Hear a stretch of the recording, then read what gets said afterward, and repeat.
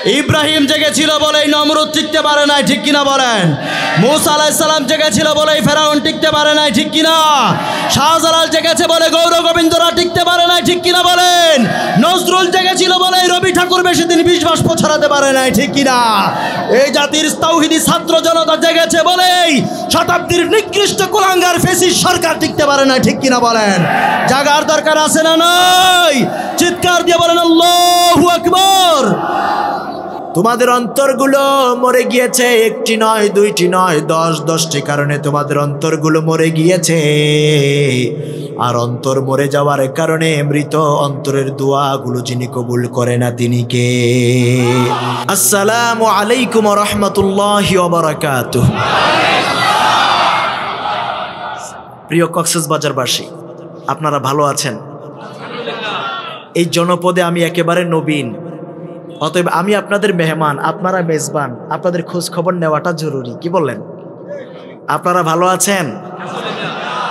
এখনো যারা বলতে পারলেন না, আমি বলবো আগামীকাল সকালে, আগামী দিন সকালবেলা প্রপারে গিয়ে হসপিটালটা জিয়ারত করবেন। দেখবেন আপনার মতো আমার মতো কত সুঠামদেহী মানুষ হসপিটালের বেডে পড়ে কাতরায়, ঠিক কিনা বলেন? তাদেরকে দেখার পরে আপনার আমার গোলামের মস্তকটা নিজের অজান্তেই নত হয়ে যাবে আর জবান দিয়ে বের হয়ে আসবে আলহামদুলিল্লাহ। দুই বন্ধু বাজারে গেছে, এক বন্ধু আরেক বন্ধুরে জিজ্ঞেস করে, দোস্ত কেমন আছেন? বলে খুব একটা ভালো না। কি ব্যাপার? আপনার ভাবিটা মারা গেছে। ইন্নালিল্লাহ, কেমনে মরল? আর বললেন না ভাই, ডেলিভারি পেইনে মারা গেছে। আরেক বন্ধু জবাব দেয়, ওহ ডেঞ্জারাস রোগ, মারাত্মক রোগ, ভয়ঙ্কর রোগ। এই রোগে গত বছর আমার চাচাও মারা গেছে। এটা কি বুঝে বলছে না না বুঝে বলছে? আমি বললাম কে কি ঘুমান হাত তুলেন, এই লোক হাত এইভাবে লম্বা করে দিয়ে বসে আছে। আমার ভাইয়েরা বন্ধুরা, আল্লাহ রাব্বুল আলামিন বলেন, উদউনি আস্তাজিব লাকুম, আমি আল্লাহর কাছে চাও, আমি আল্লাহর কাছে দোয়া করো, আমি আল্লাহ তোমার মনের চাওয়াগুলোকে পাওয়াই পরিণত করে দেব। কিন্তু বাস্তবতা হলো আল্লাহর কাছে কত কিছু চাই, আল্লাহর কাছে কত দোয়া করি, আল্লাহর কাছে মনের চাওয়াগুলোকে কত পেশ করি, কিন্তু আমাদের দোয়াগুলো কেন যেন কবুল হয় না, ঠিক কি না? আমার ভাইয়েরা বন্ধুরা, বসরা নগরীর বাজারে ইব্রাহিম ইবনু আদহাম রহমাতুল্লাহ আলাইহির কাছে বসরা নগরীর লোকেরা গিয়ে আরজ করলেন, ইয়া আবা ইসহাক, ও ইসহাকের পিতা ইব্রাহিম, আল্লাহ রাব্বুল আলামিন বলেছেন, উদউনি আস্তাজিব লাকুম, আমি আল্লাহর কাছে চাও, আমার কাছে দোয়া করো, আমি আল্লাহ তোমার চাওয়াগুলোকে কবুল করে নেব, পাওয়াই পরিণত করে দেব। কিন্তু দিনের পরে দিন চলে যায়, মাসের পর মাস চলে যায়, বছরের পর বছর চলে যায়, যুগের পর যুগ চলে যায়, আল্লাহর কাছে কত দোয়া করি, আমাদের দোয়াগুলো কেন যেন কবুল হয় না। আল্লাহু আকবার। ইব্রাহিম ইবনু আদহাম রহমাতুল্লাহ আলাইহি বলেন, ইয়া আহলাল বসরা, ও বসরা নগরীর লোকেরা, তোমরা আল্লাহর কাছে দোয়া করো, কিন্তু তোমাদের দোয়াগুলো কবুল হয় না। এর অন্যতম কারণ হলো মাতাত কুলুবুকুম, মাতাত কুলুবুকুম ফি আশরাতি আশিয়া। আল্লাহু আকবার।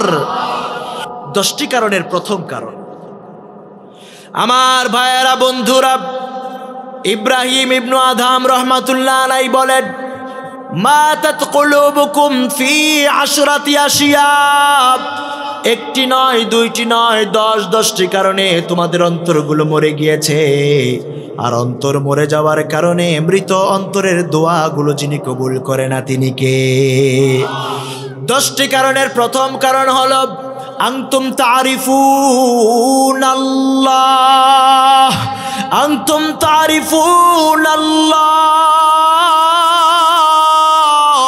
আনতুম তারিফুন আল্লাহ, তোমরা আল্লাহ রাব্বুল আলামিনকে চিনো, তোমরা আল্লাহ তাআলাকে জানো, আল্লাহ তাআলাকে চিনো, ওয়ালাম তুআদ্দু হাক্কাহু, আল্লাহ তাআলাকে চেনার পরেও তোমরা আল্লাহ তাআলার হক আদায় করো না, ঠিক কি না? আমার ভাইরা, আমরা আল্লাহ তাআলাকে চিনি, আল্লাহ তাআলা খালিক, আল্লাহ মালিক, আল্লাহ রাজ্জাক, আল্লাহ তাআলা সৃষ্টিকর্তা, জীবনদাতা, বিধানদাতা, আসমান জমিনের মালিক আল্লাহ। আপনাকে আমাকে যিনি বানালেন তিনি কে? আমার ভাইরা, দুনিয়ায় আমার আপনার কোনো অস্তিত্ব ছিল না। সূরাতুদ দাহার খুলে দেখেন, আল্লাহ রাব্বুল আলামিন জানায়া দিলেন, হাল আতা আলাল ইনসানি হিনুম মিনাদ দাহরি লাম ইয়াকুন শাইআম মাযকুরা। আল্লাহু আকবার। আল্লাহ রাব্বুল আলামিন বলেন, মানুষের জীবন প্রবাহে এমন একটা সময় কি আসে নাই যখন মানুষটা উল্লেখ করার মতো কিছুই ছিল না। নাম ছিল না, রং ছিল না, বর্ণ ছিল না, গন্ধ ছিল না, বংশ পরিচয়, ভুইয়া, মিয়া, চৌধুরী, পাটুয়ারি, হাওলাদার, তালুকদার, জমিদার কিছুই ছিল না, ঠিক কিনা? আল্লাহ রাব্বুল আলামিন জানা দিলেন, গোলাম, এক ফোঁটা নাপাক পানির মাধ্যমে আমি আল্লাহ তাআলা মায়ের রেহেম নামক কারখানায় একটা ফোঁটা পানির মাধ্যমে অস্তিত্ব দিয়া দিলাম। এমন একটা কারখানা, ফি করারিম মাকিন, নিচ্ছিদ্র নিরাপত্তা, ইন্টেন্সিভ কেয়ার ইউনিট, সুবহানাল্লাহ। এমন একটা জায়গা, এমন একটা কারখানা, দুনিয়ার কোন রোগ জীবাণু, ধুলাবালু, কোন জার্ম যেখানে প্রবেশ করতে পারে না। আল্লাহু আকবার। আমার ভাইয়েরা, বন্ধুরা, এক ফোঁটা পানির মাধ্যমে 40 কোটি শুক্রাণু মায়ের রেহেমের ভিতরে দৌড়াদৌড়ি শুরু করে দেয়। কয় কোটি? 40 কোটি শুক্রাণু মায়ের রেহেমের ভিতরে দৌড়াদৌড়ি শুরু করে দেয়। আমার আল্লাহ তাআলা যদি চাইতেন 40 কোটি শুক্রাণু থেকে 40 কোটি মানুষ বানাতে পারতেন কি পারতেন না? আরেকটু বড় করে বলেন না, পারতেন কি পারতেন না? 40 কোটি শুক্রাণু থেকে আল্লাহ তাআলা সব কয়টা শুক্রাণুকে ডেস্ট্রয় করে দিয়া, ধ্বংস করে দিয়া, শুধুমাত্র আপনি নামক শুক্রাণু, আমি নামক শুক্রাণু, আব্দুল্লাহ, আব্দুর রহমান, আব্দুল করিম, নাসিরউদ্দিন, আফসারি সহ একটা একটা করে শুক্রাণুকে সিলেক্ট করলেন। 40 কোটি শুক্রাণু থেকে সব কয়টা শুক্রাণুকে যিনি ধ্বংস করে দিলেন তিনি কে? মায়ের রেহেমের ভিতরে একটা ফোঁটা পানির মাধ্যমে আপনি নামক শুক্রাণু, আমি নামক শুক্রাণুটাকে ইনপুট করার মাধ্যমে 40 দিন পরে একটা জমাট রক্তপিণ্ড বানালেন। সুবহানাল্লাহ পড়েন।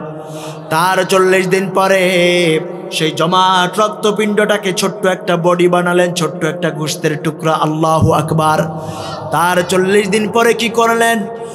فخلقنا المضغة عظاما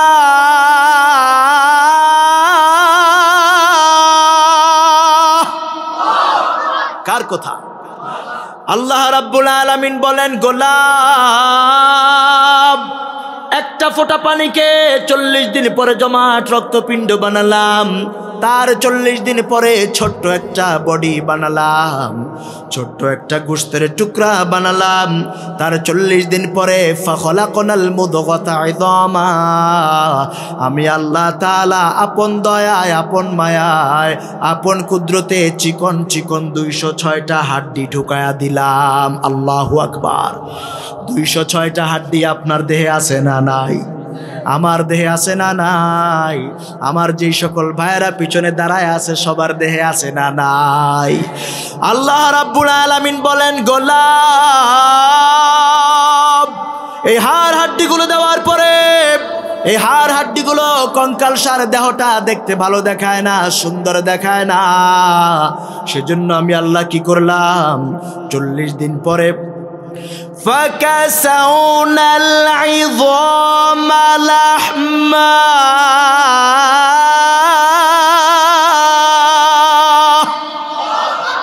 আল্লাহ বলছেন, গোলাম, সেই হাড় হাড্ডিগুলো দেখতে ভালো দেখায় না, সুন্দর দেখায় না। সেজন্য আমি আল্লাহ সেই কঙ্কাল সার বডিটার উপরে গোশতের চাদর দিয়া, মাংসের কাবার দিয়া, মুরাইয়া, নতুন রূপ দিয়া, গুণ দিয়া পরিপূর্ণ মানুষ বানায়া দিলাম। আল্লাহু আকবার বলেন। আমার ভাইয়েরা, ছোট্ট একটা মাথা, কটবেল সাইজের একটা মাথা মায়ের পেটের ভিতরে আছে না নাই? এই ছোট্ট মাথাটার ভিতরে আল্লাহ তাআলা মগজ দিতে ভুলে যায় নাই, পানির উপর ভাসমান ছোট্ট একটা মগজের টুকরা দিয়ে দিলেন। মাথার মধ্যে চিকন চিকন চুলগুলো বসায় দিতে ভুলে যায় নাই। আবার এই কপালের গোড়ার মধ্যে 2 মিলিমিটার ডাইমেনশনের ছোট্ট ছোট্ট 2টা চক্ষু যিনি দিলেন তিনি কে? আপনাকেও দেখি, কলিজার টুকরা আব্বা আম্মাকে দেখি, দূর আকাশের চাঁদ তারাগুলারেও দেখতে কষ্ট হয় না। আল্লাহু আকবার। কে দিলেন? 2 মিলিমিটার ডাইমেনশনের ছোট্ট ছোট্ট 2টা চক্ষু আল্লাহ দিলেন।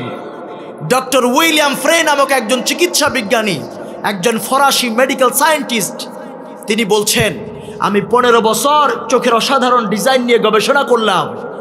আমার 15 বছর গবেষণার রেজাল্ট হলো human eyes can identify more than 10 million colours. মানব চক্ষু এট এ টাইম 10 মিলিয়নেরও বেশি রং শনাক্ত করতে পারে। আল্লাহু আকবার বলেন। তিনি বলছেন, আমি মনে করেছিলাম চোখের পানিটা শুধুমাত্র পানি, কিন্তু না, আমার 15 বছর গবেষণার রেজাল্ট বলছে আল্লাহ তাআলা চোখের পানিটাকে 4টা পদার্থের সংমিশ্রণে তৈরি করেছেন। কয়টা? পানি, তেল, শ্লেষা, ইলেকট্রোলাইট। কয়টা? পানি, তেল, শ্লেষা, ইলেকট্রোলাইট, এই 4টা পদার্থ। দেখুন, আল্লাহ তাআলা যদি শুধু পানি দিতেন চোখের মধ্যে, আর আপনি আমরা যদি শীত প্রধান দেশে বসবাস করতাম, তাহলে চোখের পানিটা জমে কি হতো? আইস হয়ে যেত, বরফ হয়ে যেত, ঠিক কিনা বলেন? পড়াশোনার সুবাদে ইউরোপের একটা দেশে আমি বসবাস করি, আমি অবস্থান করি সেখানে।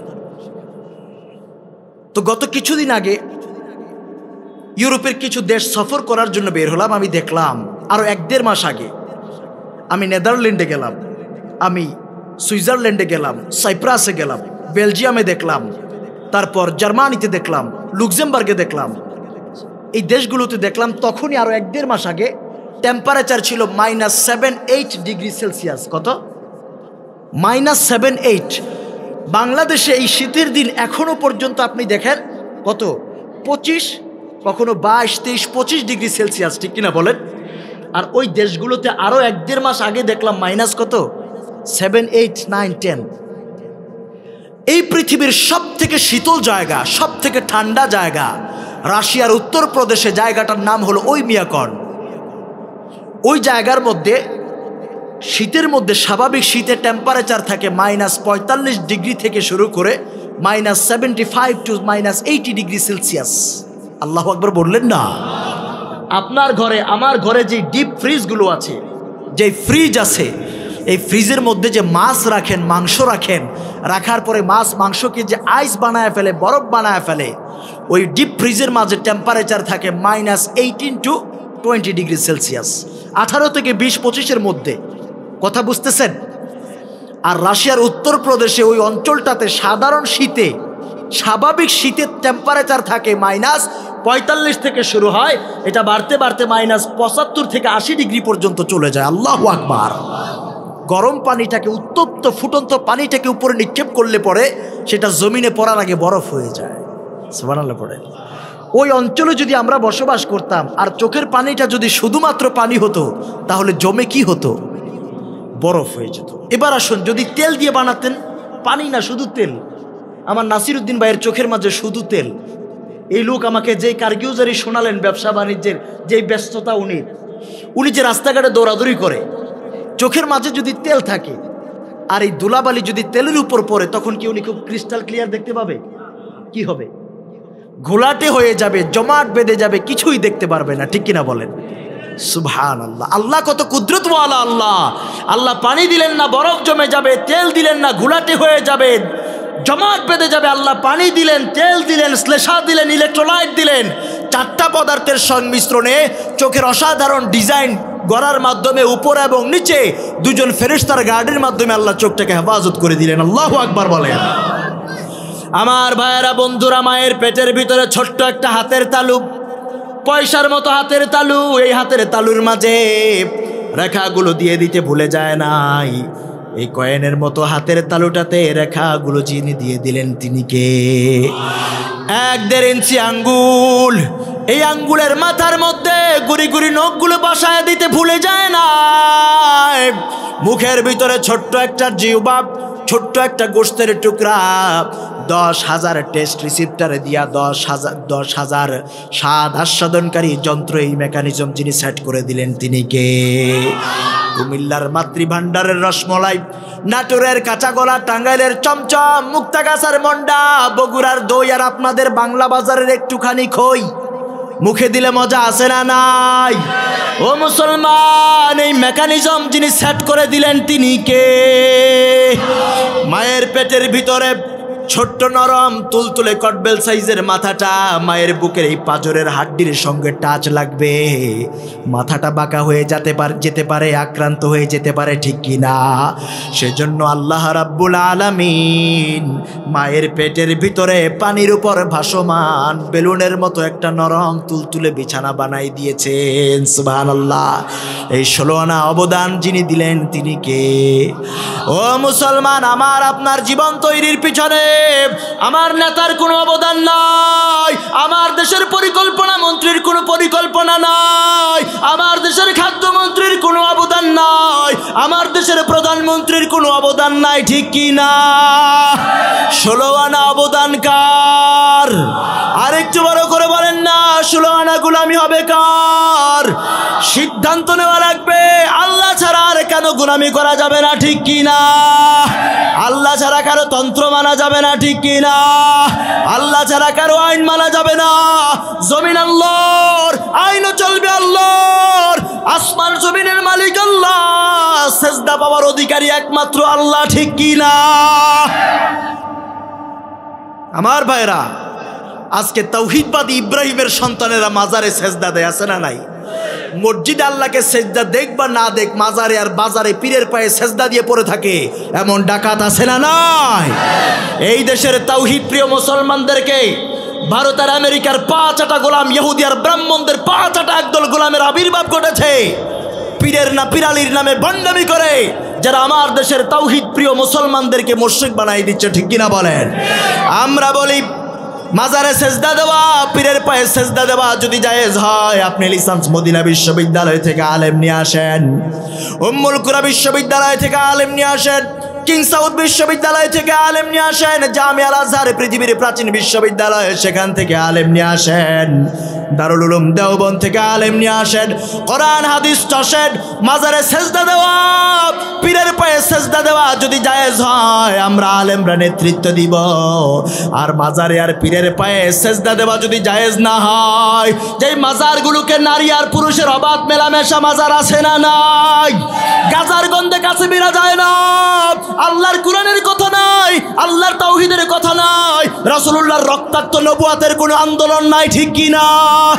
মুসলিম দেশের গভর্নমেন্টের দায়িত্ব হলো ওই সকল ভণ্ডদেরকে ধরে ধরে প্রকাশ্যে বাইতুল মুকাররমে জুমার সালাতের পরে স্কয়ারের সামনে ফাঁসির কাস্টে ঝুলাইয়া তাদের কবরের উপর পাবলিক টয়লেট নির্মাণ করে দিতে হবে, ঠিক কি না? ও মুসলমান, এই দেশে যারা এই কোরআনের পক্ষে আছে, হক কথা বলে, বাইতুল শরীফের পীর সাহেব সহ, সেই আড়াই বাড়ি সহ যেই সকল পীর সাহেবেরা কোরআনের আন্দোলন করে, তাদেরকে আমরা কলিজা উজাড় করে ভালোবাসি, কিন্তু ভণ্ডদের বিরুদ্ধে আমাদের অ্যাকশন আছে না নাই? যেখানেই ভণ্ডদেরকে দেখা যাবে, যেখানেই ভণ্ডামির মাজার, ইব্রাহিমের উত্তরসূরিরা সেই মাজার ঘুরায় দেওয়ার জন্য প্রস্তুত আছে না নাই? এই ভণ্ডদেরকে নির্মূল করার জন্য যদি ডাক আসে, সেই আন্দোলনে কারা কারা শরীক হতে প্রস্তুত, হাত তুলে দেখাও।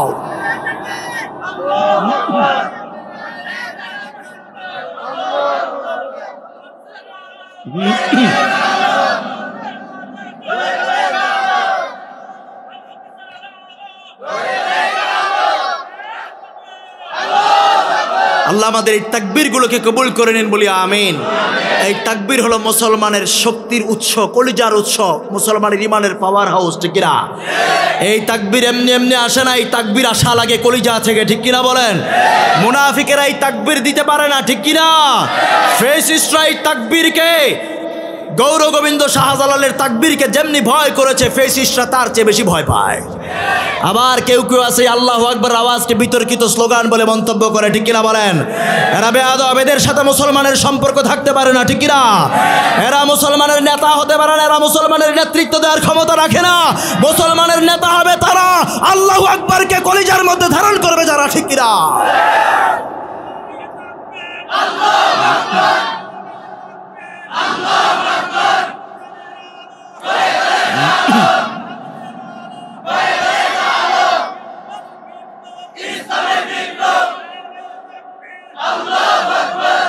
আমার ভাইয়েরা, আনতুম তারিফুন আল্লাহ ওয়া লাম তুআদ্দু হাক্কাহু। You know your Lord but you don't fulfill his rights. তুমি তোমার রব আল্লাহকে চিনো কিন্তু তার হক আদায় করো না, ঠিক কিনা বলেন? আমরা আল্লাহকে চিনি কিন্তু আল্লাহর হক আদায় করি না, ঠিক কিনা? আল্লাহ রাব্বুল আলামিনের হকটা কেমন করে হয়? قل إن صلاتي ونسكي ومحياي ومماتي لله رب العالمين। নামাজ আমার তোমারই জন্য। কার জন্য? নামাজ আমার তোমারই জন্য, কোরবানি ওগো তোমারই জন্য, বেঁচে থাকা মরে যাওয়া রাজপথে মিছিল করা, জেল খাটা জরিমানা তোমার জন্য। নামাজ আমার তোমারই জন্য, ঠিক না? আল্লাহ তাআলার হক হলো জীবনের সিদ্ধান্ত নেওয়া লাগবে। আমার জীবন, আমার মরণ, আমার বেঁচে থাকা, আমার মরে যাওয়া, যা কিছু আছে সব কিছু একজনকে সন্তুষ্ট করার জন্য। তিনি কে? এই জীবন দিল আল্লাহ। এই জীবন দেওয়ার পিছনে 16 আনা অবদান আমার আল্লাহর। আমার নেতার 4 আনা অবদান নাই, ঠিক কিনা? আমার নেতার জন্য এমন কর্মী আছে বলে নেতার জন্য জীবন উৎসর্গ করবে।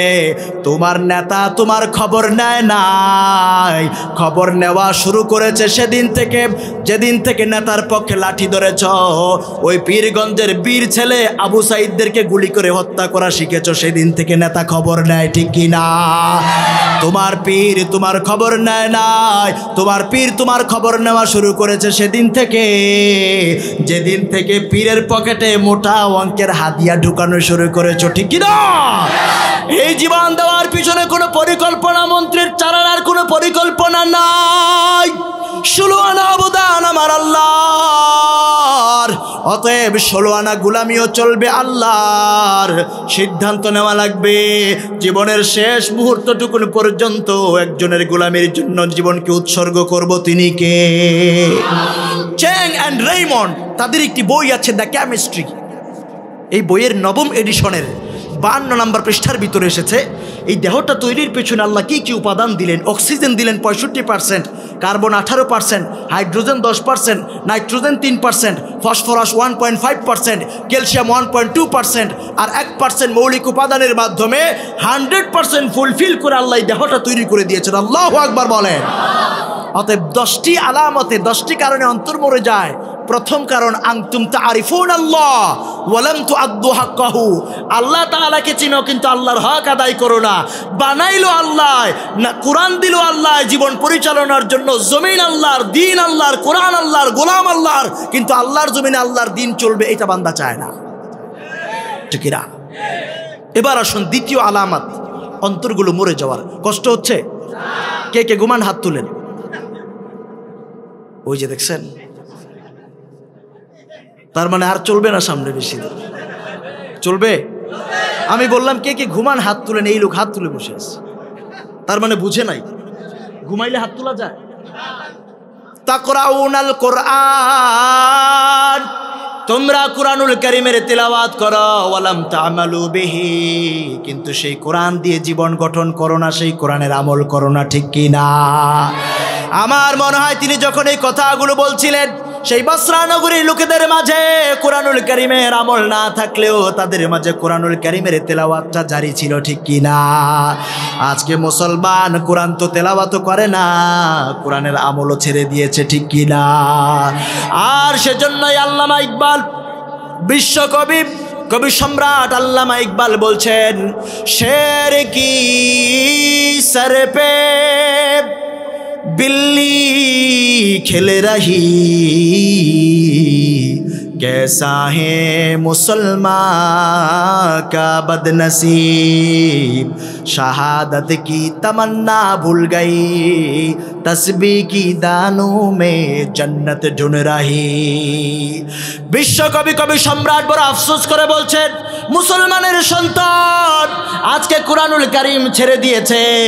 एक हाथे যখন ছিল মুসলমানের এক হাতে কোরআন আর এক হাতে ছিল তলোয়ার গোটা পৃথিবী মুসলমানের পদচুম্বন করেছে ঠিক কি না। আর এই কোরআনও ছেড়ে দিয়েছে জিহাদও ছেড়ে দিয়েছে মসজিদের কোণায় বসে বসে জান্নাত খোঁজা শুরু করে দিয়েছে। যখন থেকে মুসলমানের আল্লাহর জিহাদকে ছেড়ে দিল কোরআন ছেড়ে দিল তার যখন থেকে জিহাদ বাদ দিয়া মসজিদের কোণায় বসে তাসবির দানার মধ্যে জান্নাত খোঁজা শুরু করে দিয়েছে সেদিন থেকে ডোনাল্ড ট্রাম্পের মতো বিড়ালের বাচ্চারা ভ্লাদিমির পুতিনের মতো বিড়ালেরা ভারতের কসাই নরেন্দ্র মোদির মতো বিড়ালেরা মুসলমান সিংহের জাতের উপর মাথার উপর লাফালাফি শুরু করেছে ঠিক কি না। তার একমাত্র কারণ মুসলমান কোরআন ছেড়ে দিয়া আজকে মানব রচিত তন্ত্রমন্ত্রের দিকে ধাপিত হওয়া শুরু করেছে ঠিক কিনা বলেন। আমার ভাইরা বন্ধুরা নামাজের মাধ্যমে আমরা দাঁড়ায় আল্লাহর কাছে বললাম ইহদিনাস সিরাতাল মুস্তাকিম নামাজে দাঁড়ায় আল্লাহর কাছে হেদায়েত চাইলাম।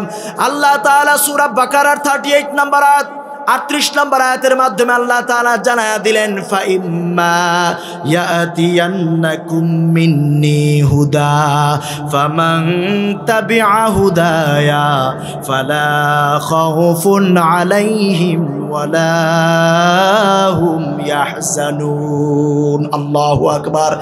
আল্লাহ রাব্বুল আলামিন বলেন গোলাম নামাজে দাঁড়ায়া হেদায়েত চাইলা পথ প্রদর্শনের জন্য রোড ম্যাপ চাইলা আমি আল্লাহ তাআলা 30 পারা কোরআন দিয়ে দিলাম। তোমার ব্যক্তি জীবন পারিবারিক জীবন সামাজিক জীবন রাষ্ট্রীয় জীবন ব্যক্তিনীতি পারিবারিক নীতি শিক্ষানীতি নারী নীতি অর্থনীতি যত নীতি আছে সকল নীতির মূল নীতি কোরআনের মাঝে আছে না নাই। আজকে মুসলমান কোরআন তেলাওয়াত করে না কোরআন ছেড়ে দিয়া মানব রচিত তন্ত্রমন্ত্রের দিকে দৌড়ায়। আজকে মুসলমান যুবকেরা বঙ্কিমচন্দ্র পড়ে হুমায়ুন আহমেদ পড়ে হুমায়ুন আজাদ পড়ে প্লেটো পড়ে এরিস্টটল পড়ে বার্ট্রান্ড রাসেল পড়ে কিন্তু আপনার আমার জন্য আল্লাহ তাআলার পক্ষ থেকে দেয়া আসমানি সংবিধান এই কোরআনটা খুলেও দেখে না ঠিক কি না। এই কোরআনের ব্যাপারে আল্লাহর নবী বলেছেন আল কুরআনু হুজ্জাতুল লাকা আও আলাইক এই কোরআন তোমার পক্ষের জন্য হুজ্জত এই কোরআন তোমার বিপক্ষে হুজ্জত। এই কোরআনকে যদি সামনে রেখে চলা যায় কোরআন তোমার পক্ষে সুপারিশ করবে আর এই কোরআনকে যদি পিছনে রাখো এই কোরআনের কারণে আল্লাহর নবী বলেছেন ইন্নাল্লাহা ইয়ারফাউ বিহাদাল কিতাবি আকওয়ামা ওয়া ইয়াদউ বিহি আখারিন। এই কোরআনকে সম্মান করার কারণে বহু জাতিকে আল্লাহ তাআলা জিরো থেকে হিরো বানায় দিয়েছে ঠিক কি না। সম্মান মর্যাদার উচ্চ আসনে আসীন করে দিয়েছেন। আবার এই কোরআনের সাথে বেয়াদবি করার কারণে বিসমিল্লাহর বিরুদ্ধে কথা বলার কারণে রাষ্ট্র ধর্ম ইসলামের বিরুদ্ধে কথা বলার কারণে আলেম ওলামাদের সাথে বেয়াদবি করার কারণে একটা টুকা দিয়া চেয়ারটা সরাই দিয়েছে ঠিক কি না। এমন জোরে টুকা দিয়েছে বাংলাদেশের জায়গা হয় নাই দিল্লি গিয়ে পড়েছে ঠিক কি না। ও মুসলমান আল্লাহর নবী বলেছেন ইকরাউল কোরআন বেশি করে কোরআনের তিলাওয়াত করো ফাইন্নাহু ইয়াতি ইয়াউমাল কিয়ামাতি শাফিআন লিআসহাবি এই কোরআন তার পাঠকের জন্য ধারকের জন্য বাহকের জন্য আল্লাহর কাছে সুপারিশ করবে। এই কোরআনের নেতৃত্ব যারা মেনে নেবে এই কোরআনের লিডারশিপ যারা মেনে নেবে কোরআনের নেতৃত্বে যারা পথ চলবে এই কোরআন তাকে ছেড়ে দেবে না বরং এই কোরআন হিয়া হাবলুল্লাহিল মাতিন এই কোরআনের একটা প্রান্ত যার একটা প্রান্ত দুনিয়ায় আরেক প্রান্ত আল্লাহর জান্নাতে এই কোরআন ধরে ধরে বান্দাকে আল্লাহর জান্নাতে প্রবেশ করাই দিবে ঠিক কি না। ও মুসলমান এই কোরআনের ওয়াদা আমার রাসূলের ওয়াদা এই কোরআন এমন এক নেতৃত্ব দানকারী কিতাব এমন এক নেতা যেটা দুনিয়ার নেতা নেত্রীর মতো নয়। দুনিয়ার নেতা নেত্রী ওয়াদা করে কিন্তু ওয়াদা রক্ষা করে না ঠিক কি না। নেত্রী ওয়াদা দেয় নেত্রী পালায় না নেতা পালায় না নেতা নেত্রীকে রক্তাক্ত অবস্থায় রাজপথে ফেলে দিয়া অন্য দেশে উড়াল দেয় ঠিক কি না। এই কোরআনের সাথে যারাই জুড়ে যাবে আল্লাহ তাআলা তাদেরকে জিরো থেকে হিরো বানায় দিবে। আর এই কোরআনের সাথে বেয়াদবি করলে পরে হিরো থাকলেও একটা থাপ্পড় দিয়া আল্লাহ তাআলা বিদায় করে দেন, ঠিক কিনা বলেন?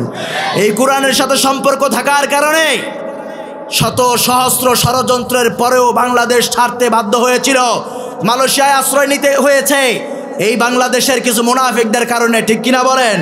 কিন্তু আবার এই কোরআনের বদৌলতে, কোরআনের ইজ্জতে আল্লাহ তাআলা বীরের বেশে বাংলার জমিনে ফিরিয়ে এনেছেন, ঠিক কিনা বলেন? আমার ভাইয়েরা, একটা মানুষকে প্রতিষ্ঠা করার জন্য বাংলাদেশে আমরা দেখেছি, একটা মানুষকে প্রতিষ্ঠা করার জন্য গোটা 16টা বছর এই দেশের রন্ধ্রে রন্ধ্রে যার নামে মূর্তি স্থাপন করেছে, যার জন্য যা কিছু করার সব কিছু করেছে একটা লোককে প্রতিষ্ঠা করার জন্য, ঠিক কিনা বলেন? কিন্তু এই স্বৈরাচার বিদায় হওয়ার 5 মিনিট সময় লাগে নাই। এই জাতির সূর্য সন্তানেরা, তাওহীদবাদী সন্তানেরা, ইব্রাহিমের সন্তানেরা, কোন মুফতি মুহাদ্দিসের ভূমিকা, কোন মুফতি মুহাদ্দিসের হুঙ্কারের প্রয়োজন হয় নাই, ফতোয়ার প্রয়োজন হয় নাই। মুহূর্তের মধ্যেই মূর্তিকে ভেঙে মাটির সাথে গুড়াই দিয়েছে, ঠিক কিনা? এই আদর্শকে মানুষ মনে রাখে না।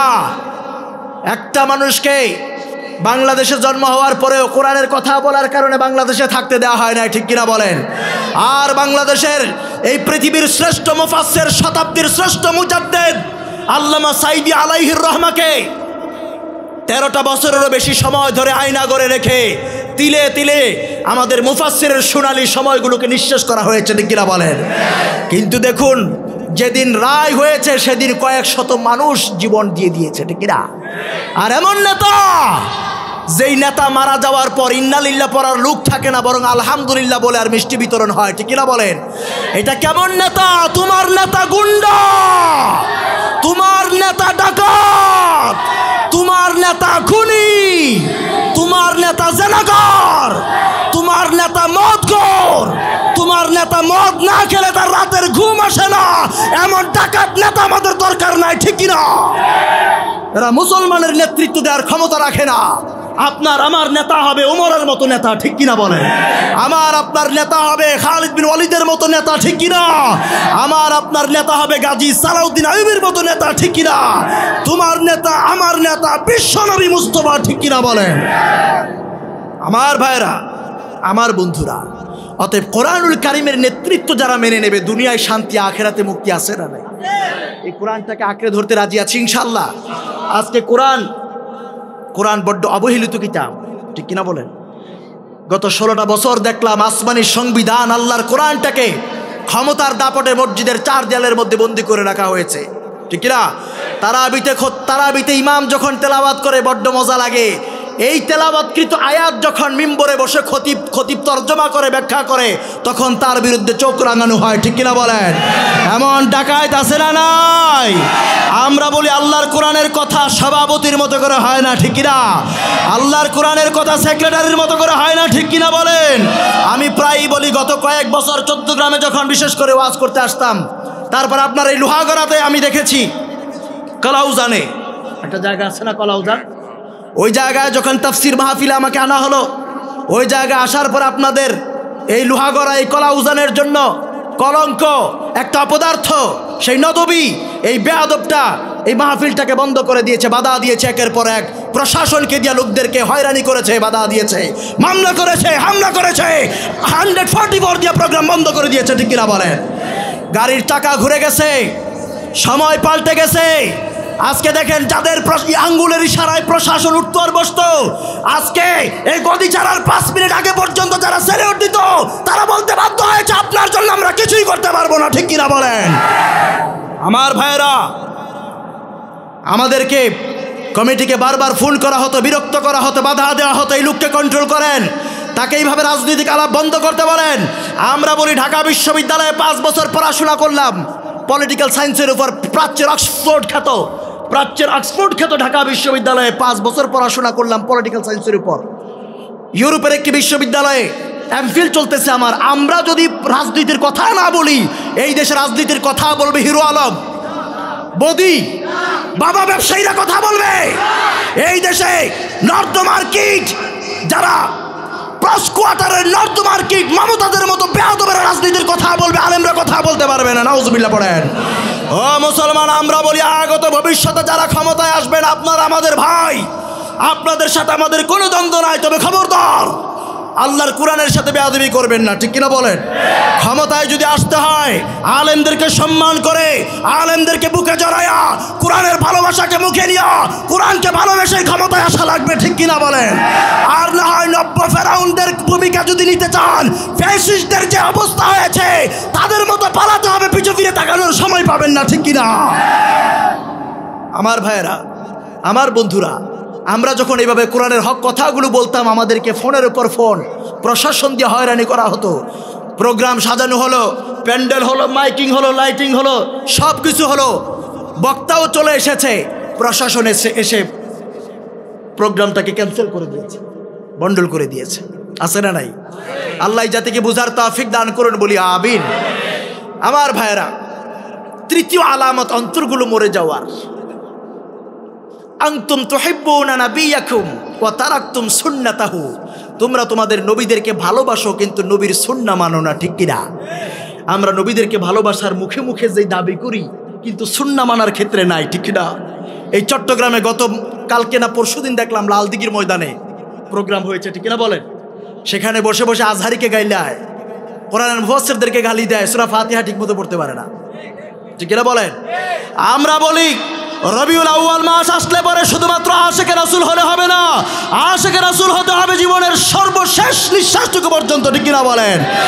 আশিকে রাসূলদেরকে, কিছু কিছু আশিকে রাসূল নামধারী আছে যাদেরকে শুধুমাত্র মিষ্টি খাওয়ার জন্য, জিলাপির জন্য, খিচুড়ির জন্য পাওয়া যায়, রবিউল আউয়াল ছাড়া এদেরকে খুঁজে পাওয়া যায় না। আর কিছু কিছু আশিকে রাসূল আছে যাদেরকে পাওয়া যায় শাপলা চত্বরে, ঠিক কিনা? যাদেরকে পাওয়া যায় জেলখানায়, যাদেরকে পাওয়া যায় ফাঁসির কাস্টে, যাদেরকে পাওয়া যায় যেখানে বুলেটের আসে রাসূলের উপর আঘাত আসলে পরে, রাসূলের ইজ্জতে আঘাত আসলে পরে, খতমে নবুয়তের উপর আক্রমণ আসলে পরে, সেখানে কিছু কিছু আশিকে রাসূল আছে যারা বুকের তাজা রক্ত ঢেলে দেওয়ার জন্য দাঁড়ায় যায়, ঠিক কিনা? অতএব মুখে মুখে আশিকে রাসূল দাবি করে লাভ নাই। আশিকে রাসূল দাবি করতে হলে কি করা লাগবে? বুখারী 9ম খণ্ড, মিশরের ছাপা, 114 নম্বর পৃষ্ঠা, হাদিস নাম্বার 7280। আমার ভাইয়েরা, বন্ধুরা, বুখারী 9ম খণ্ড 114 নম্বর পৃষ্ঠা, হাদিস নাম্বার 7280। আল্লাহর নবী বলেন, বিশ্ব নবী রাসূল আরবী সাল্লাল্লাহু আলাইহি ওয়াসাল্লাম বলেছেন, কুল্লু উম্মতি ইয়াদখুলুনাল জান্নাহ, আমার সব উম্মত জান্নাতি, ইল্লা মান আবা, শুধুমাত্র যারা আবা তারা ব্যতীত। সাহাবায়ে কেরাম আরজ করলেন, ওয়ামান ইয়াবা ইয়া রাসূলুল্লাহ, ওগো নবীজি আবা কারা? হুজুর বললেন, মান আতাআনি দাখালাল জান্নাহ, যারা আমি রাসূলুল্লাহর সুন্নাহ মানবে তারা জান্নাতি। ওয়ামান আসানি ফাকাদ আবা, যারা আমি রাসূলুল্লাহর সুন্নাহ মানে না, আমার প্রদর্শিত নেতৃত্ব মানে না, আমি রাসূলকে নেতা হিসেবে মানে না, আমার দেখানো পথ পদ্ধতি অনুসরণ করে না, যারা বার্ট্রান্ড রাসেলকে ফলো করে, মাও জেদুংকে ফলো করে, লেনিনকে ফলো করে, বঙ্গবন্ধুকে আদর্শ মানে, মানবরচিত তন্ত্রমন্ত্রকে আদর্শ মানে, তারাই আবা, তারাই হলো জাহান্নামী। বলেন নাউযুবিল্লাহ। কার কথা? আমার রাসূল বলেছেন, মান আতানি দাখালাল জান্নাহ, যে সুন্নাহ মানবে জান্নাতি, ওয়া মান আসানি ফাকাদ আবা, যে সুন্নাহ মানবে না সে আবা, সে জাহান্নামী, ঠিক কিনা বলেন? আমার ভাইরা, গোটা কোরআন খুলে দেখেন, আল্লাহ তাআলা বারবার রাসূলের অনুসরণের কথা বলেছেন। সূরা আলে ইমরান 32 নম্বর আয়াত, সূরাতুন নিসা 13, 59, 80 নম্বর আয়াত, সূরা মাইদা 92 নম্বর আয়াত, সূরা আনফাল 21, 44 নম্বর আয়াত, সূরা তাওবা 71 নম্বর আয়াত, সূরা নূর 47, 52, 54 নম্বর আয়াত, সূরা আহজাব 31, 33 নম্বর আয়াত, সূরা মুহাম্মদ 33 নম্বর আয়াত, সূরা ফাতহ 17 নম্বর আয়াত, সূরা হুজরাত 14 নম্বর আয়াত, সূরা মুজাদালা 13 নম্বর আয়াত, সূরা তাগাবুন 12 নম্বর আয়াত। এই 21টি জায়গায় আল্লাহ বলে দিয়েছেন, আতিউল্লাহ ওয়া আতিউর রাসূল, আল্লাহ এবং তার রাসূলের ইতাআত করো। আল্লাহু আকবার। অতএব রাসূলের অনুসরণ করতে রাজি আছি ইনশাআল্লাহ। এই যেই নেতা, যেই নেত্রী, যেই দল রাসূলের অনুসরণ করবে, রাসূলের সুন্নাহ মানবে, তাদের সাথে থাকতে রাজি আছি না নাই? আমার ভাইয়েরা, রাসূলকে কেন অনুসরণ করবেন, কেন অনুকরণ করবেন? আপনার নেতা, তার দিনের চরিত্র একরকম, রাতের চরিত্র আরেক রকম। আমার রাসূল এমন এক নেতৃত্ব দানকারী, এমন এক নেতা, যার দিনের চরিত্রটাও রাসূলের উম্মতের জন্য আদর্শ, রাতের চরিত্রটাও রাসূলের উম্মতের জন্য রাতের বেলার আদর্শ, ঠিক কিনা বলেন? আমার ভাইয়েরা, বন্ধুরা, আল্লাহ রাব্বুল আলামিন বলেন, লাকাদ কানা লাকুম ফি রাসূলিল্লাহি উসওয়াতুন হাসানাহ, তোমাদের জন্য তোমাদের রাসূলের জীবনীতে শুধুমাত্র আদর্শ নয় বরং সর্বোত্তম আদর্শ রয়েছে। আল্লাহু আকবার। উম্মুল মুমিনিন হযরত আয়েশা সিদ্দিকা রাদিয়াল্লাহু তাআলা আনহার কাছে একদল সাহাবায়ে কেরাম গিয়ে আরজ করলেন। হাদিসটি মুসলিম শরীফ দ্বিতীয় খণ্ড 168 নম্বর পৃষ্ঠা, হাদিস নাম্বার 746। মুসলিম শরীফ দ্বিতীয় খণ্ড 168 নম্বর পৃষ্ঠা, হাদিস নাম্বার 746। হযরত আয়েশা সিদ্দিকা রাদিয়াল্লাহু তাআলা আনহার কাছে গিয়ে আরজ করা হয়েছে, উম্মুল মুমিনিন রাসূলুল্লাহ সাল্লাল্লাহু আলাইহি ওয়াসাল্লামের চরিত্রের ব্যাপারে আমাদেরকে বলেন। তিনি বললেন, কানা খুলুকু নবিয়্যিল্লাহি সাল্লাল্লাহু আলাইহি ওয়াসাল্লাম আল কোরআন। আমার রাসূলের চরিত্র হচ্ছে গোটা 30 পারা কোরআন। আল্লাহু আকবার বলেন। আর একটু বড় করে বলেন না আল্লাহু আকবার। ও মুসলমান, দুনিয়ার মানুষ যদি রাসূলের বায়োগ্রাফি কোরআনকে, রাসূলের জীবনী, রাসূলের সিরাত যদি কোরআনকে জিজ্ঞেস করে, কোরআন আল্লাহ রাসূলের পূর্বের জীবনী সম্পর্কে কিছু বলেছে। সূরাতুদ দুহা 6, 7, 8 নম্বর আয়াত দিয়ে কোরআন বলছে, আলাম ইয়াজিদিকা ইয়াতীমান ফাআওয়া। কোরআনকে যদি বলা হয় কোরআন আল্লাহ রাসূলের নামের ব্যাপারে কিছু বলেছে। সূরা আলে ইমরান 144 নম্বর আয়াত দিয়ে কোরআন বলছে, ওয়ামা মুহাম্মাদুন ইল্লা রাসূল কদ খালাত মিন ক্বাবলিহির রাসূল। কোরআনকে যদি বলা হয় কোরআন আল্লাহ রাসূলের স্ত্রী পরিজন সন্তানাদির ব্যাপারে কিছু বলেছে। সূরা আহজাবের 59 নম্বর আয়াত দিয়ে কোরআন বলছে, ইয়া আইয়ুহান নাবিয়্যু কুল লিআজওয়াজিকা ওয়া বানাতিক ওয়া নিসাইল মুমিনিনা ইউদনিনা আলাইহিন্না মিন জালাবিবিহিন। কোরআনকে যদি বলা হয় কোরআন আল্লাহ রাসূল যে ঘুমাতেন সেই ব্যাপারে কিছু বলেছে। সূরা মুজাম্মিলের 1 নম্বর আয়াত দিয়ে কোরআন বলছে, ইয়া আইয়ুহাল মুজাম্মিলু কুমিল লাইলা ইল্লা কালিলা। কোরআনকে যদি বলা হয় কোরআন আল্লাহ রাসূলের হাতের ব্যাপারে কিছু বলেছে। সূরা আনফালের 17 নম্বর আয়াত দিয়ে কোরআন বলছে, ওয়ামা রামাইতা ইদ রামাইতা ওয়ালাকিন্নাল্লাহ রামা। কোরআনকে যদি বলা হয় কোরআন রাসূল যে কথা বলতেন সেই ব্যাপারে কিছু বলেছে। সূরা নজমের 3 এবং 4 নম্বর আয়াত দিয়ে কোরআন বলছে, ওয়ামা ইয়ানতিকু আনিল হাওয়া ইন হুয়া ইল্লা ওয়াহয়ু ইউহা। কোরআনকে যদি বলা হয় কোরআন রাসূল সব সময় কথা বলেন নাই, মাঝে মধ্যে চুপ থাকতেন, সেই ব্যাপারে কিছু বলেছে। সূরা কিয়ামার 16 নম্বর আয়াত কোরআন বলছে, লা তুহাররিক বিহি লিসানাকা লিতাআজালা বিহি। কোরআনকে যদি বলা হয় কোরআন আল্লাহ রাসূলের চরিত্রের ব্যাপারে কিছু বলেছে। সূরা কলামের 4 নম্বর আয়াত, ওয়া ইন্নাকা লা আলা খুলুকিন আযীম। কোরআনকে যদি বলা হয় কোরআন আল্লাহ রাসূলকে কি হাদিয়া করেছেন। সূরা কাউসার 1 নম্বর আয়াত, ইন্না আতাইনাকাল কাউসার। কোরআনকে যদি বলা হয় কোরআন আল্লাহ হাশরের ময়দানে রাসূলকে কিভাবে সন্তুষ্ট করবেন। সূরা দুহা 5 নম্বর আয়াত, ওয়ালা সাউফা ইউতিকা রাব্বুকা ফাতারদা। কোরআনকে যদি বলা হয় কোরআন আল্লাহ তাআলা গোটা আলমের জন্য আমার রাসূলকে কি স্বরূপ পাঠিয়েছেন। সূরাতুল আম্বিয়ার 107 নম্বর আয়াত দিয়ে কোরআন বলছে, ওয়ামা আরসালনাকা ইল্লা রাহমাতাল লিল। আল্লাহু আকবার বললেন না। দুনিয়ার মানুষ কোরআনকে প্রশ্ন করবে, কোরআন খুলে খুলে আমার রাসূলের বায়োগ্রাফি, আমার রাসূলের জীবনীটা বলে দেবে। আল্লাহু আকবার বলেন। আর একটা আলামত বলেই আমি শেষ করে দিব, কষ্ট হবে।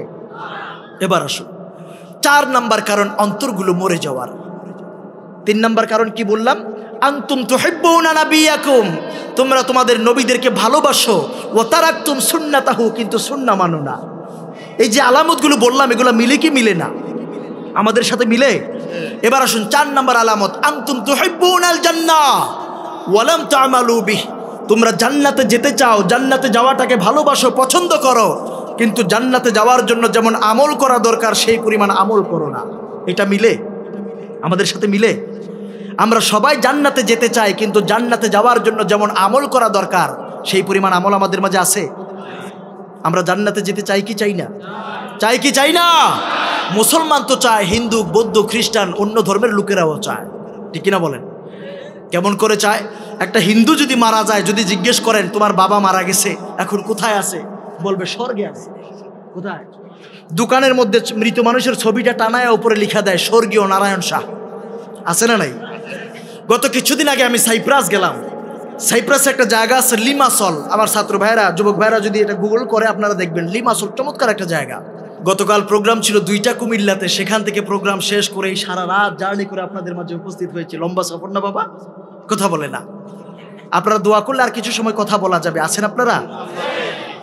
তো সাইপ্রাসের ইউনিভার্সিটি স্টুডেন্ট, আমি তাকে জিজ্ঞেস করলাম যে তোমরা মারা গেলে পরে তোমাদের মানুষগুলোকে খুব শুটেড বুটেড করাইয়া, খুব সুন্দর জামা কাপড় পরাইয়া, কোট টাই লাগাইয়া, সাথে 2টা শ্যাম্পেইনের বোতল ধরায় দেয়, ঘটনা কি? তখন সে আমাকে বলতেছে যে তুমি তো জানো না, এই লোকটা মারা গেছে, সে এখন হেভেনে আছে, প্যারাডাইজে আছে। কথা বুঝতেছেন? সে এখন চিল করবে, পার্টি করবে, মজ মাস্তি করবে, আমোদ ফুর্তি করবে। এই জন্য তাকে সাজগুজ করায় দেওয়া হয়, মদের বোতল দিয়ে দিছে তারা প্যারাডাইজে দিতে। নাউজুবিল্লাহ বললেন না? এই কথাগুলো কেন বললাম? আমি মুসলমান, আমি জান্নাত চাই, হিন্দু স্বর্গ চায়। আমি যেটাকে জান্নাত মনে করি, হিন্দু সেটাকে স্বর্গ মনে করে, ইহুদি, বৌদ্ধ, খ্রিস্টান সেটাকে প্যারাডাইজ মনে করে, হেভেন মনে করে। এক কথাই হলো ভালো জায়গা, আরামের জায়গা। নিরাপদ জায়গা, ঠিক কিনা বলেন? মজার জায়গা। সেই জান্নাতে যেতে চাই, কিন্তু জান্নাতে যাওয়ার জন্য আমরা আমল করি না, ঠিক কিনা বলেন? এই দুনিয়ার মধ্যে যত বড় সফলই হন না কেন, এই সফলতা কি চিরস্থায়ী সফলতা? যদি জান্নাতে যাওয়া যায় তবেই না চিরস্থায়ী সফল, ঠিক কিনা বলেন? আল্লাহ রাব্বুল আলামিন বলেন, লা ইয়াস্তাবি আসহাবুন নারি ওয়া আসহাবুল জান্নাহ, আসহাবুল জান্নাতি হুমুল ফাইজুন। আল্লাহু আকবার। আল্লাহ বলছেন, লা ইয়াস্তাবি আসহাবুন নারি ওয়া আসহাবুল জান্নাহ, the people of hellfire and the people of paradise, they never be equal ever. যারা জাহান্নামী আর যারা জান্নাতি তারা কখনো সমান হতে পারে না, ঠিক কি না? বাংলাদেশের দিকে তাকায় দেখেন না, যাদের চেয়ার আছে আর যাদের চেয়ার নাই তারা কখনো সমান সমান। আর যারা জান্নাতি, আল্লাহর দেওয়া জান্নাত সর্বশেষ গন্তব্য, ঠিক কি না? সফল কারা? আসহাবুল জান্নাতি হুমুল Faizun, the people of paradise gain ultimate success in life. আল্লাহু আকবার বলেন। যারা জান্নাতি তারাই তাদের জীবনে চূড়ান্ত সফল। সুবহানাল্লাহ। সেই জান্নাতে যেতে চাই। আসলে একটু ছোট্ট করে দেখি তো জান্নাত আল্লাহ কেমন করে বানালেন। মুসনাদ আহমদ দ্বিতীয় খণ্ড 305 নম্বর পৃষ্ঠা, তিরমিজি দ্বিতীয় খণ্ড 311 নম্বর পৃষ্ঠার হাদিস।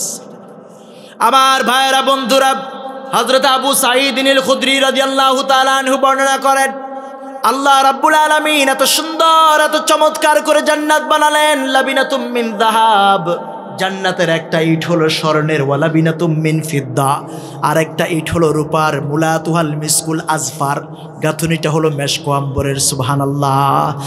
ওয়া তারবাতুহা জাফরান, মাটিটা হলো জাফরানের। হাসবাউহাল লুলু ওয়াল ইয়াকুত, আর কঙ্করগুলো হলো দামি মণিমুক্তা এবং ইয়াকুত পাথরের। এত সুন্দর করে আল্লাহ জান্নাতটা বানালেন। এই জান্নাত কাদের জন্য তৈরি করে রেখেছেন? এমন সুন্দর জান্নাত যেখানে গেলে পরে পরনের পোশাকগুলো পুরনো হয়ে যায় না, মানুষের যৌবন কোনোদিন ফুরিয়ে যায় না, কোনোদিন অসুস্থতায় পেয়ে বসে না, দুনিয়ার স্বাদ বিনষ্টকারী মৃত্যু কোনোদিন স্পর্শ করে না। আল্লাহু আকবার। লাবিনাতুম মিন যাহাব, একটা ইট স্বর্ণের, ওয়া লাবিনাতুম মিন ফিদ্দা, আরেকটা ইট রূপার, মুলাতুহাল মিসকুল আজফার, গাঁথুনিটা মেশক আম্বরের, তারবাতুহা জাফরান, মাটিটা জাফরানের, হাসবাউহাল লুলু ওয়াল ইয়াকুত, আর কঙ্করগুলো দামি মণিমুক্তা এবং ইয়াকুত পাথরের। আল্লাহু আকবার বলেন। আমি আইফেল টাওয়ার দেখেছি, প্যারিস টাওয়ার, টুইন টাওয়ার আছে, ট্রাম্প টাওয়ার আছে, দুবাইয়ের বুকে মাথা উঁচু করে দাঁড়িয়ে আছে বুর্জ আল খলিফা। কিন্তু পৃথিবীতে এমন একটা ভবন, এমন একটা প্রাসাদ দেখবেন না যার একটা ইট স্বর্ণের, একটা ইট রূপার। আছে? আছে। গত কিছুদিন আগে আমি ইতালি সফর করলাম, সেখানে মিলানো সিটির পাশে বার্গামোতে অনেক উচ্চতে ছোট্ট একটা মূর্তি দেখলাম, স্বর্ণের তৈরি মূর্তি। কিসের তৈরি? মূর্তিটা স্বর্ণের, কিন্তু এমন কি আছে স্বর্ণ, রূপা, তারপর মেশক আম্বর, ইয়াকুত পাথর দিয়ে গঠিত, জাফরান দিয়ে গঠিত, এমন কিছু আছে? এত সুন্দর জান্নাত আল্লাহ কাদের জন্য তৈরি করে রেখেছেন? আমাদের জন্য। এই জান্নাতের ভিতরে যারা ঢুকবে, লা ইয়াবগুনা আনহা হিওয়ালা, they will not desire from it any transfer. জাহান্নামীরা জাহান্নাম থেকে বেরোতে চাইবে, থাকতে চাইবে না, কিন্তু জান্নাতীরা জান্নাতে ঢোকার পরে একটা সেকেন্ডের জন্য বের হতে চাইবে না। আল্লাহু আকবার বলেন। আমার ভাইয়েরা, বন্ধুরা, এই পৃথিবীর সব থেকে দুঃখী একজন মানুষকে নিয়ে যাওয়া হবে, সব থেকে কষ্ট ক্লেশে কাটানো একজন মানুষকে আল্লাহ তাআলা ডাক দিবেন, আল্লাহ তাআলা জান্নাতে ঢুকাবেন। একটা সেকেন্ডের ভিতরে জান্নাত থেকে বের করে নিয়ে আসবেন। আল্লাহ তাআলা ডাক দিবেন, ইয়া ইবনা আদম হাল রাআইতা বুসান কত, ও son of Adam, have you ever had any troubles, any problems in your life? ও বনি আদম, ও আদম সন্তান, তোমার জীবনে কি কোনো দুঃখ, কষ্ট, যন্ত্রণা তুমি উপভোগ করেছো?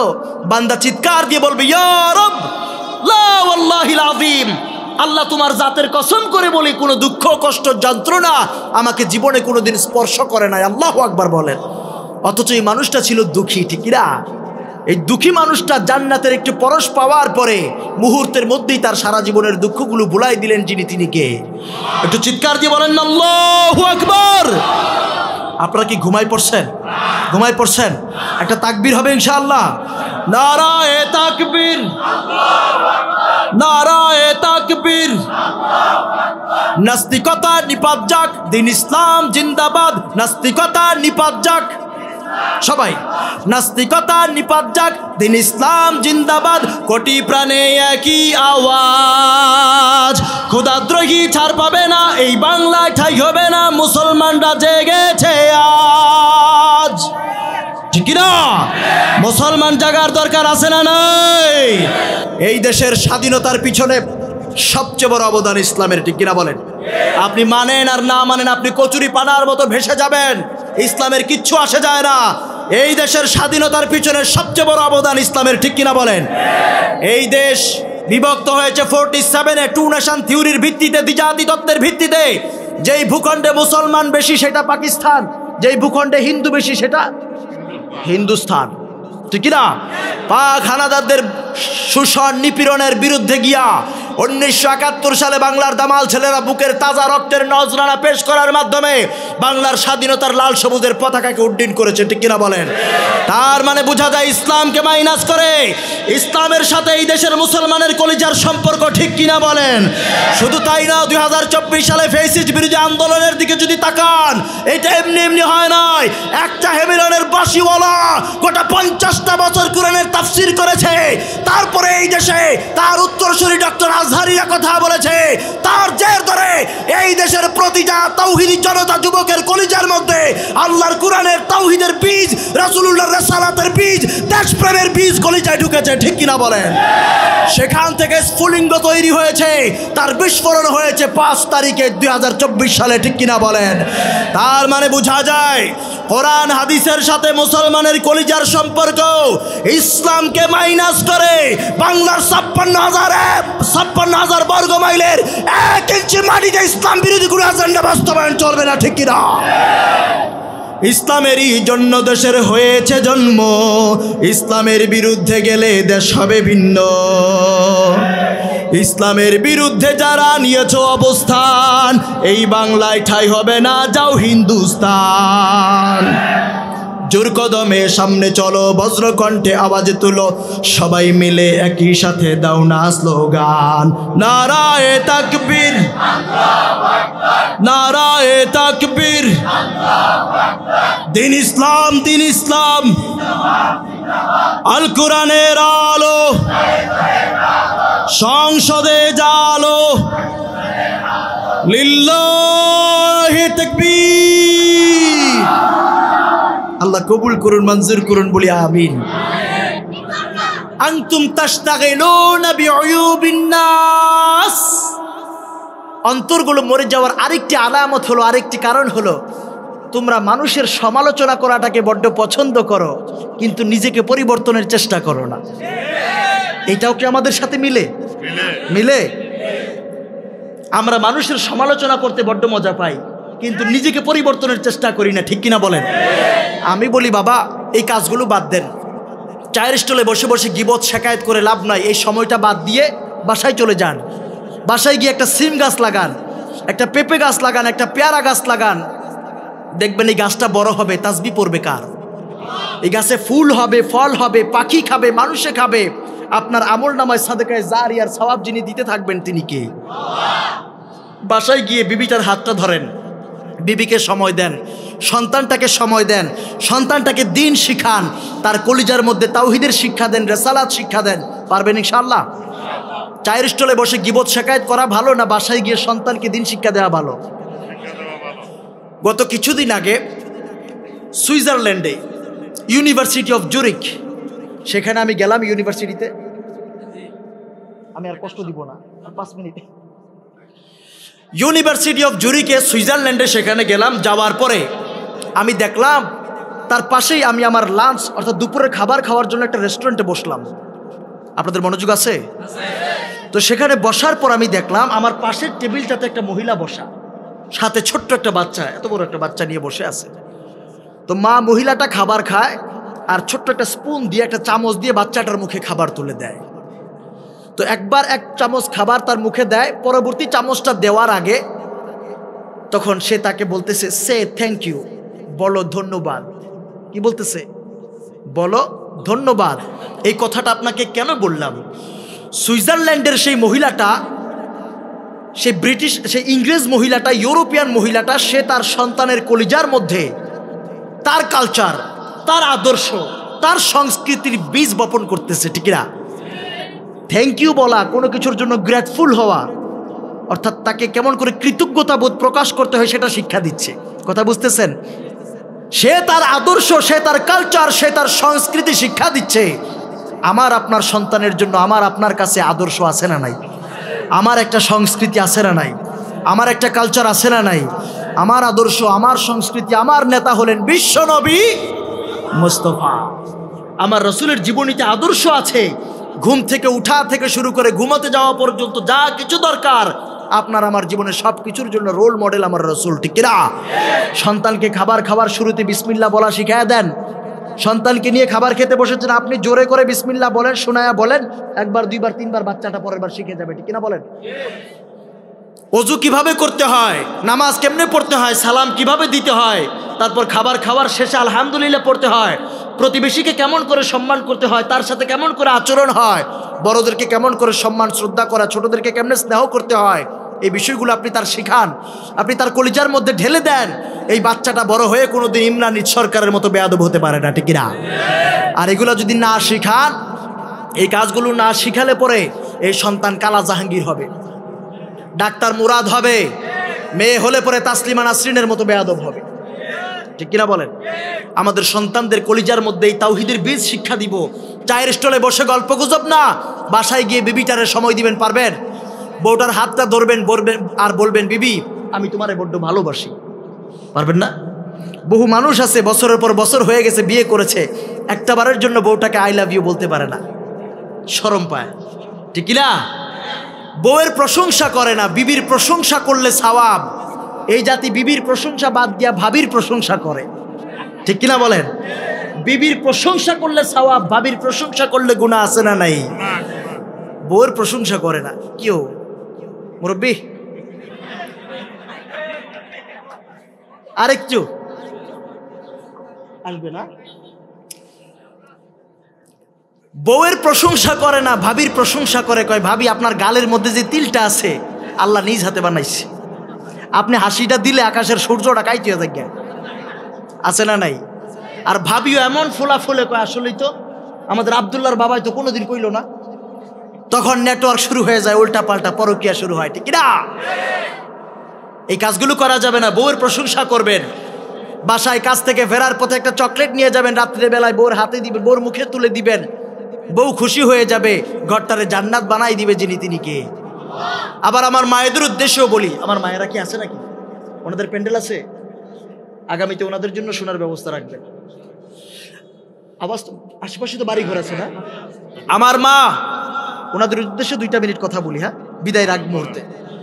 আমার মা, আমার বোন, আল্লাহ তাআলা আপনাকে শুধুমাত্র স্টার জলসা, স্টার প্লাস, জি বাংলা, কালার বাংলা, হিন্দি সিরিয়াল দেখার জন্য পাঠায় নাই, ঠিক না? আপনি মা, কত দামি সম্পদ। আমরা পুরুষ মানুষ, আমাদের পায়ের তলায় জুতা, আমাদের পায়ের তলায় মাটি। আপনি মা, আপনার পায়ের তলায় আল্লাহ জান্নাতটাকে সন্তানের জন্য হাদিয়া করে দিয়েছেন, সুবহানাল্লাহ পড়েন। আল্লাহ সন্তানের জান্নাতকে মায়ের পায়ের তলায় রেখে দিয়েছেন, ঠিক কিনা বলেন? ও মা, আপনি জানেন না ইসলামের ছায়াতলে সর্বপ্রথম যে লোক ইসলাম গ্রহণ করেছে তিনি একজন নারী, হযরতে খাদিজাতুল কুবরা। আবার ইসলামের জন্য সর্বপ্রথম যার রক্ত এই জমিনে পড়েছে, যার রক্তে জমিন রঞ্জিত হয়েছে, তিনিও কোনো পুরুষ নয় বরং একজন নারী, হযরতে সুমাইয়া রাদিয়াল্লাহু তাআলা আনহা, ঠিক না? কত সম্মান, কত মর্যাদা আল্লাহ আপনাকে দিয়েছেন। অতএব আল্লাহ রাসূল বলেছেন মাত্র 4টা কাজ যে মহিলা করবে। কয়টা কাজ? বিশ্বনবী বলেন, ইদা সাল্লাতিল মারআতু খামসাহা, যেই মহিলা 5 ওয়াক্ত ফরজ নামাজ আদায় করবে, ওয়া সামাত শাহরাহা, রমজানের ফরজ রোজাগুলো রাখবে, ওয়া তাআত যাওজাহা, স্বামীর আনুগত্য করবে, ওয়া আহসানাত ফারজাহা, পর্দার সাথে নিজের সতীত্বের হেফাজত করবে। কাজ কয়টা? 5 ওয়াক্ত ফরজ নামাজ আদায় করবে, রমজানের রোজাগুলো রাখবে, স্বামীর আনুগত্য করবে, পর্দার সাথে নিজের সতীত্বের হেফাজত করবে। এই 4টা কাজ যেই মহিলা করবে, আল্লাহর জান্নাতের 8টি দরজা খুলে দেয়া হয়। আল্লাহর বান্দি যে দরজা দিয়ে ইচ্ছে হেঁটে হেঁটে আল্লাহর জান্নাতে প্রবেশ করবে, সুবহানাল্লাহ। মাত্র 4টা কাজ। অতএব এই কাজগুলো করবেন, স্বামীর আনুগত্য করবেন। আপনার স্বামীটা কত কষ্ট করে, দিনের আলোতে রাতের আধারে পরিশ্রম করে এসেছে, দরজায় নক করেছে, দরজাটা খুলে দেন, সালাম দেন, মুচকি একটা হাসি দেন। আপনার স্বামীর ক্লান্তি যিনি দূর করে দিবেন তিনি কে? আমার মায়েরা দেখবেন স্বামীর সাথে ভালো মতো কথা বলে না। স্বামীর সামনে যখন আসে দেখবেন পুরনো কাপড়গুলো কাজের বুয়ার মতো আসে, পুরনো ছেঁড়া ফাটা কাপড় পরে আসে, ঠিক কিনা বলেন? কিন্তু বেয়ের সাথে যখন দেখা করতে যায়, বাজারে যখন যায়, দেখবেন নতুন কাপড়, স্বামীর কেনা টাকায় লিপস্টিক পইরা, লিপস্টিক লাগায়, আশকারা মাস্কারা আর কি কি আছে না, এগুলো লাগায় বাজারে যায়। আর এত সুন্দর কথা, কথা শুনলে মনে হয় যেন কবিতার মতো, একেবারে চিনি শিরা দিয়া ভিজাই রাখছে, মিলে মিলে কথা, ঠিক কিনা বলেন? এটা স্বামীর সাথে করলে সওয়াব, কিন্তু স্বামীর বাইরে অন্য কারো কাছ সাথে গিয়ে করলে গুনাহ আছে না নাই? আল্লাহ আমাদেরকে বুঝার তৌফিক দান করুন, বলি আমিন।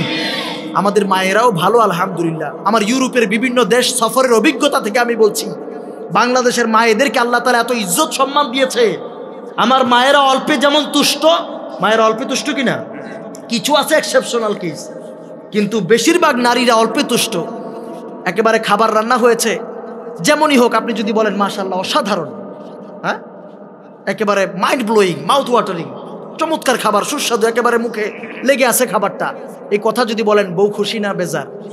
খাবার কিন্তু লবণ কম হয়েছে, ঠিক না? দেখবেন বউ খুশি মাশাআল্লাহ। আবার এই কথা বলার পর অনেক জায়গায় আবার বিপদ আছে। একজনের কাছে শুনছিলাম যে এক লোক এই ওয়াজ শুনে গেছে, বাড়িতে যাওয়ার পর গিয়ে গরুর মাংস দিয়ে খাবার খাইতেছে, আর প্রতি লুকমা লুকমায় বউর প্রশংসা, মাশাআল্লাহ মারহাবা, অসাধারণ খাবার। কিন্তু এই খাবার যতই লোক প্রশংসা করে, বিবি দেখে ততই সাপের মতো ফনা ধরে, বিবি খালি ফুলে। ঘটনা কি? খাবার শেষ, লোক তো বুঝতেছে না যে হুজুরের ওয়াজ করলো যে বউয়ের প্রশংসা করা লাগবে, খাবারের প্রশংসা করতে হবে। আমি যত প্রশংসা করি, এই ডোজ তো কাজ করতেছে না, এটা তো রিয়েক্ট করতেছে। তো তখন খাবার শেষে বউ বলতেছে, ব্যাপার কি, এত বছর ধরে খাবার রান্না করে খাওয়ায়, কোনোদিন প্রশংসা করলা না, আজকে পাশের ফ্ল্যাটের ভাবি এক বাটি খাবার একটু তরকারি দিছে, এটা খাইলা আর প্রশংসার জোয়ার ভাষায় দিলা, বিপদ আছে না নাই? তখন বোঝা যায় যে একটু হেরফের হলে বউ কত বড় নিয়ামত, একটু হেরফের হলে বোঝা যায় এটা কত বড় কিয়ামত, ঠিক কিনা বলেন? আল্লাহ তাআলা আমাদের ঘরগুলোকে, সংসারগুলোকে শান্তি দিয়ে ভরপুর করে দেন, বলি আমিন। তো বলছিলাম যে তারা অল্পে তুষ্ট, ঠিক না? অল্পে তুষ্ট, এই জন্য আল্লাহ তাদেরকে সম্মানও দিয়েছেন অনেক বেশি। আমি প্রায় সময় অনেক জায়গায় দেখি, আমি প্রায় বলি কথাগুলো, ইউরোপের বিভিন্ন পার্কগুলোতে গেলে দেখা যায় বৃদ্ধ মানুষ, বৃদ্ধ বৃদ্ধ মহিলা, 70-এর অধিক, 80+, 80 বছরের বেশি বয়স, 80 বছরের বয়স একটা মহিলা, একেবারে বুড়ো হয়ে গেছে না, বৃদ্ধ মানুষ পার্কের মধ্যে বসে আছে, কেউ নাই। প্রতিদিন এই দৃশ্য দেখার পর আমি একদিন জিজ্ঞেস করলাম যে তোমার কি কেউ নাই?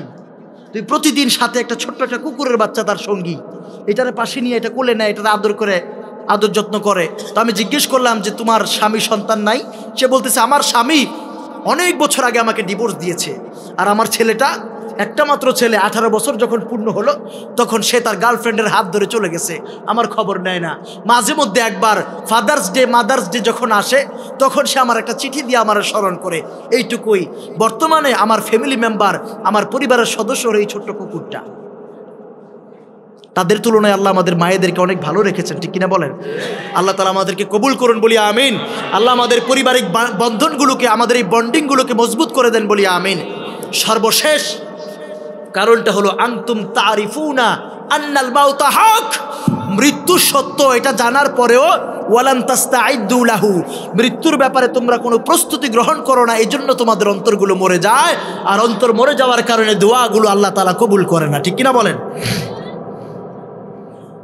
কারণটা কি বললাম? আনতুম তারিফুনা আন্নাল মাউতা হক, মৃত্যু সত্য জানার পরেও ওয়ালাম তাস্তাইদু লাহু, মৃত্যুর জন্য প্রস্তুতি নাও না। এখানে যারা আছেন সবাই মরবেন, যারা দাঁড়ায় আছে তাগড়া যুবকেরা মরবে না? মরবেন, সবাই মরবেন, মরবেন, মরতেই হবে। ঢাকা বিশ্ববিদ্যালয়ে একই ছাদের নিচে বসে পড়াশোনা করলাম, ছাত্র ভাইটা রমজানের তারাবি পড়ালো, 27তম রজনীর পরে তারাবি সম্পন্ন করে বাবা মায়ের উদ্দেশ্যে রওনা দিয়েছে, ঈদ উদযাপন করবে বাবা মায়ের সাথে, রাস্তায় ট্রাকের চাপায় পড়ে জায়গায় শেষ। এটা আমার সাথে আপনার সাথে ঘটতে পারতো কি পারতো না? এই পৃথিবীতে ছোট্ট একটি পোকা আছে, এই পোকাটির নাম হলো ম্যাফ্লাই। কি নাম? ম্যাফ্লাই। এই পোকাটার হায়াত মাত্র 5 মিনিট। কয় মিনিট? 5 মিনিটের ভিতরে দুনিয়ায় আসে, জীবনসঙ্গী নির্বাচন করে, ডিম পারে, বাচ্চা ফোটায়, 5 মিনিটের ভিতরে দুনিয়া থেকে বিদায় হয়ে যায়। হায়াতটা কম না বেশি? কয় মিনিট? 1 কাপ চা খেতে তার চেয়ে বেশি সময় লাগে, ঠিক কিনা বলেন? এবার আসুন, সাউথ আফ্রিকার সেন্ট হেলেনা দ্বীপপুঞ্জের ভিতরে জোনাথন নামে একটা কচ্ছপ আছে, এটার হায়াত 183 বছর। কম না বেশি? সমুদ্রের তলদেশে বোহেড নামক এক প্রজাতির তিমি বসবাস করে, এই তিমিটা বাঁচে প্রায় 200 বছর। কত বছর? কত? অনেকের আওয়াজ এতটা দুর্বল, তারা বুঝাইতে চাইতেছে যে হুজুর আঙ্গ বাংলা বাজারে 200 বছর বাঁচুন না, বহু মানুষ আছে। আছে? এজিংস রিসার্চ রিভিউ জার্নালে এসেছে, সমুদ্র বিজ্ঞানীরা গবেষণা করে বের করেছেন সমুদ্রের তলদেশে এক প্রকার প্রাণের সন্ধান তারা পেয়েছে, সেটার নাম হলো সি স্পঞ্জ। এটার হায়াত প্রায় 11,000 বছর। কত বছর? এই কথাগুলো কেন বললাম? যে পোকাটার হায়াত মাত্র 5 মিনিট, এটা 5 মিনিট বাঁচুক আর 5,000 বছর বাঁচুক। জোনাথন নামের কচ্ছপটা 183 বছর বাঁচুক আর 1083 বছর বাঁচুক। বুহেড নামক তিমিগুলো 200 বছর বাঁচুক আর 2000 বছর বাঁচুক। সি স্পঞ্জ নামক প্রাণগুলো 11,000 বছর বাঁচুক আর 11 কোটি বছর বাঁচুক। আমার আল্লাহর ডিক্লারেশন হলো, কোরআনুল কারীমের ঘোষণা হলো, কুল্লু নাফসিন যায়িকাতুল মাউত, every soul shall have a taste of death. প্রতিটা প্রাণীকে মৃত্যুর স্বাদ আস্বাদন করা লাগবে, বাঁচা যাবে।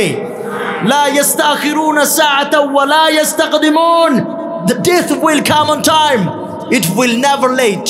মৃত্যু আসবে যথাসময়ে, 1 সেকেন্ড আগেও আসবে না, দেরিও করবে না। জাস্ট টাইম এসে আপনার রক্ত মাংসের দেহটাকে ছুঁড়ে ফেলে দিয়া রুহু নামক পাখিটাকে ছিনিয়ে নিয়ে যাবে, ঠিক কিনা বলেন? নিজেকে পরিবর্তন করার দরকার আছে না নাই? পরিবর্তনের দরকার আছে না নাই? আল্লাহ তাআলা আমাদেরকে বুঝার তৌফিক দান করুন, বলি আমিন। আমার ভাইয়েরা, বাংলাদেশ একটা একটা চরম ক্রান্তিময় পরিস্থিতি পাড়ি দিয়ে এসেছে, ঠিক কিনা? এখন আমরা একসাথে যেইভাবে ভাই ভাই হয়ে কাঁধে কাঁধ মিলিয়ে আছি, এখানে যেমনি বসে আছি কোরআনের ময়দানে, রাজপথ ওইভাবে থাকার দরকার আছে না নাই? কারণ দল মত নির্বিশেষে দেশটা আমাদের। দেশটা কার? দেশটা ভারতকে দিয়ে দিতে পারি না, দেশটা সিকিম না, ঠিক কিনা বলেন? এই দেশের তাওহীদি জনতা, এই দেশের যুবকেরা পেন্টাগনের ইশারায় চলে না, ঠিক কিনা বলেন? রাশিয়ার মস্কোর ইশারায় চলে না, ঠিক কিনা? ইসরায়েলের তেল আবিবের ইশারায় চলে না, জাতিসংঘের ইশারায় চলে না। আমরা চলবো মদিনাওয়ালার ইশারায়, কোরআনের ইশারায়, ঠিক কিনা বলেন? অতএব আমাদের ইমানদারদের কনসেপ্ট হলো, ব্যক্তির চেয়ে দল বড়, দলের চেয়ে দেশ বড়, দেশের চেয়ে আমার কাছে আমার ইমান বড়, আমার ইসলাম বড়, আমার আল্লাহ বড়, আমার রসুল বড়, আমার কোরআন বড়, ঠিক কিনা বলেন? অতএব যেই রাজনৈতিক দলই করি না কেন, কোরআনের স্বার্থে, ইসলামের স্বার্থে সবাইকে এক প্ল্যাটফর্মে আসার দরকার আছে না নাই?